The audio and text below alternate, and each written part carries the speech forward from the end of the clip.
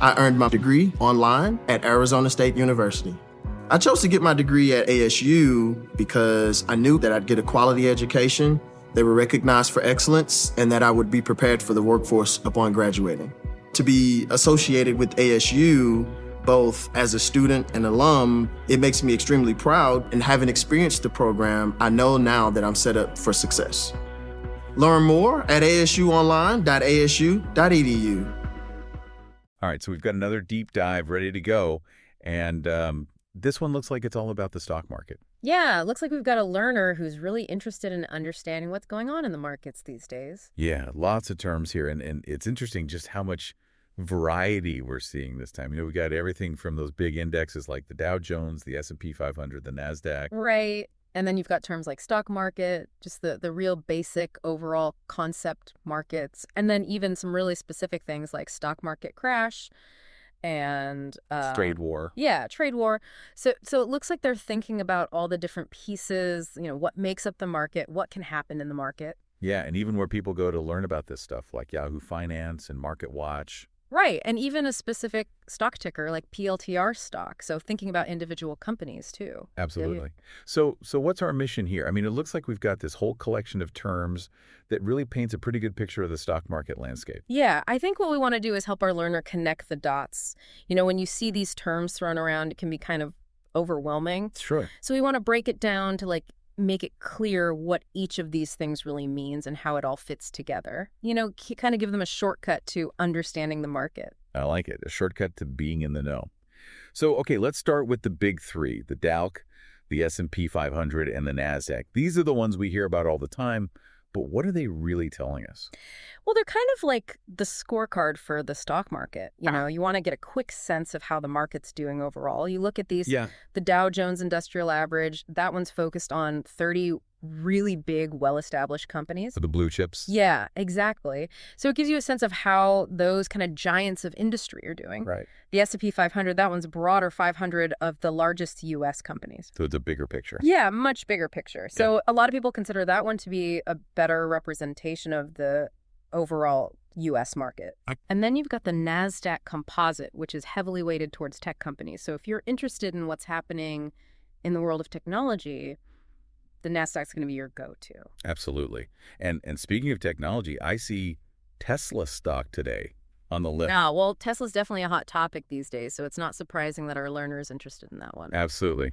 All right, so we've got the scorecard, but then we need to understand the playing field, right? Right, and that's where those broader terms come in stock markets. Those are the arenas where all this buying and selling is taking place. Yeah, and the individual pieces are stocks, right? Yeah. Each company's stock represents a little slice of ownership in that company. Exactly. And I think it's really smart that our learner included terms like pre-market trading and after-hours trading. It shows they're thinking beyond the regular trading day. Yeah, because a lot can happen outside of those regular hours. News breaks, events unfold, and those can really impact how people are feeling about the market. Absolutely, and that can lead to some pretty significant moves before the market even opens or after it closes. Exactly. And then, of course, we have those big events that can really shake things up. Yeah. You mentioned stock market crash earlier. Yeah, well, that's the one everyone wants to avoid. That's when prices plummet really rapidly. Yeah, but it's important to understand what can trigger those kinds of events, right? Sure. And that's where terms like trade war and Trump news come in. Right. Those are the kinds of things that can introduce a lot of uncertainty into the market. A trade war with all the tariffs and the back and forth between countries can really disrupt global trade. Yeah. And companies that rely on international business, well, they can get hit pretty hard. Makes sense. And news related to politics and especially economic policy that can also really move the market. Absolutely. One term that kind of jumps out to me here is the VIX. Now, I know that's the volatility index, but what does that really mean for our learner? Well, a lot of people call it the fear gauge. And it's essentially a measure of how much uncertainty or anxiety there is in the market.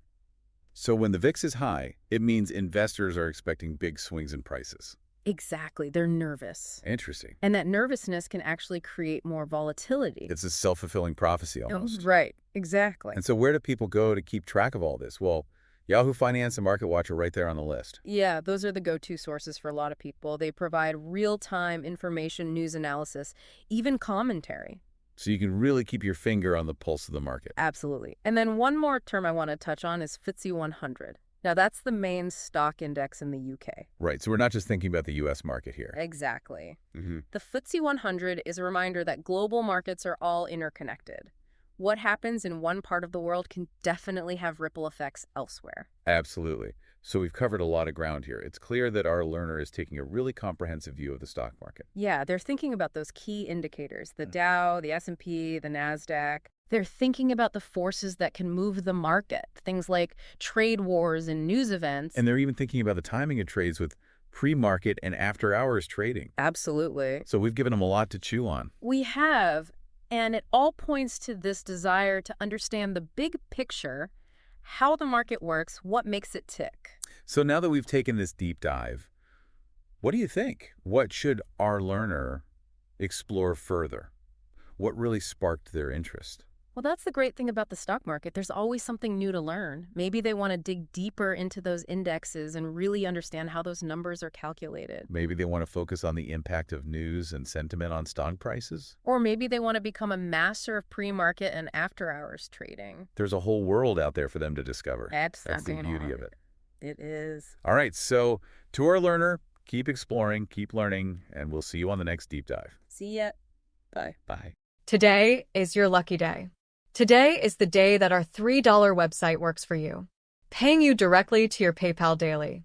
Imagine $3 ongoing continuous payments to your PayPal account. Imagine falling asleep and waking up to $300 in your PayPal account. How would this make you feel? How could this help you? What bills could you pay? What kind of fun could you have? What does that retirement look like now? All for a one-time payment of $3. This website is DFY done for you, fully built and completely hosted, and never stops collecting payments for you.